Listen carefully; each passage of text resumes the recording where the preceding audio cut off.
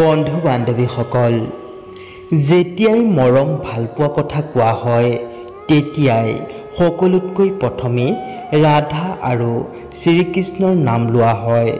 প্ৰেমৰ এই জোৰাৰ অনুমান এই কথাৰেই পৰা পোৱা হয় যে ৰাধাৰ নাম শ্ৰীকৃষ্ণতকৈ প্ৰথমেই লোৱা হয়।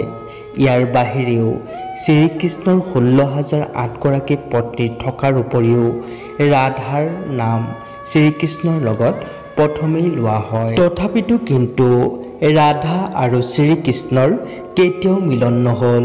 ইয়াৰ কাৰণ আছিল এটা সাপ। এইজন লোকৰ বাবে ৰাধা শ্ৰীকৃষ্ণৰ পৰা আঁতৰিবলগীয়া হৈছিল। গতিকে জানো আহক এই কাহিনীটো কেনেকৈ আৰম্ভ হৈছিল। দেৱী ৰাধা ভগৱান শ্ৰীকৃষ্ণৰ লগত গোলকত বসবাস কৰিছিল। এদিনাখন দেৱী ৰাধা গোলকত উপস্থিত নাছিল। তেতিয়া ভগৱান শ্ৰীকৃষ্ণই নিজৰ পত্নী বিৰাজাৰ লগত বিহাৰ কৰি আছিল। যেতিয়া ৰাধাই নিজৰ প্ৰাণপ্ৰিয়াক আনৰ লগত বিচৰণ কৰি থকা দেখা পালে তেতিয়া ৰাধাই শ্ৰীকৃষ্ণক ভালে বেয়াই ক'লে। দেৱী ৰাধাক খঙত দেখি বিৰাজাই নদী হৈ তাৰ পৰা গুচি গ'ল। দেৱী ৰাধাই শ্ৰীকৃষ্ণক ভালে বেয়াই কোৱাত শ্ৰীকৃষ্ণৰ মিত্ৰ সুদামাৰ খং উঠিল আৰু সুদামাই দেৱী ৰাধাক অপমান কৰি দিলে।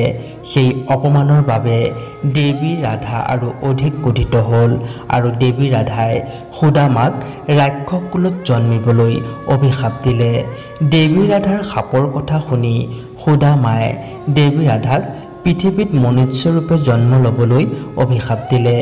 দেৱী ৰাধাৰ এই সাপৰ বাবে সুদামা শংখচূড় নামৰ অসুৰ ৰূপে জন্ম ল'লে।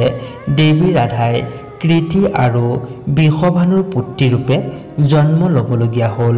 কিন্তু ৰাধাৰ জন্ম কৃতিৰ গৰ্ভৰ পৰা হোৱা নাছিল। পৃথিৱীত জন্ম লোৱাৰ কিছু বছৰৰ পাছত পূৰ্বজন্মৰ সাপৰ প্ৰভাৱ পৰিবলৈ ধৰিলে। ভগৱান শ্ৰীকৃষ্ণৰ ৰাসলীলা শেষ হ'ল আৰু তেওঁ কংসৰ লগত যুদ্ধ কৰিবলৈ আহিবলগীয়া হ'ল, যাৰ দ্বাৰা দেৱী ৰাধাৰ লগ ভগৱান শ্ৰীকৃষ্ণৰ পৰা আঁতৰি গ'ল আৰু ৰাধাৰ বিবাহ ৰায়ানা নামৰ এজনৰ লগত হৈ গ'ল। কোৱা হয় যে দেৱী ৰাধাই ৰায়ানাৰ সন্মুখত নিজৰ ছায়া স্থাপিত কৰি পুনৰ বৈকুণ্ঠলৈ গুচি গ'ল। ৰাধা কৃষ্ণৰ বিয়োগৰ কাৰণ সুদামা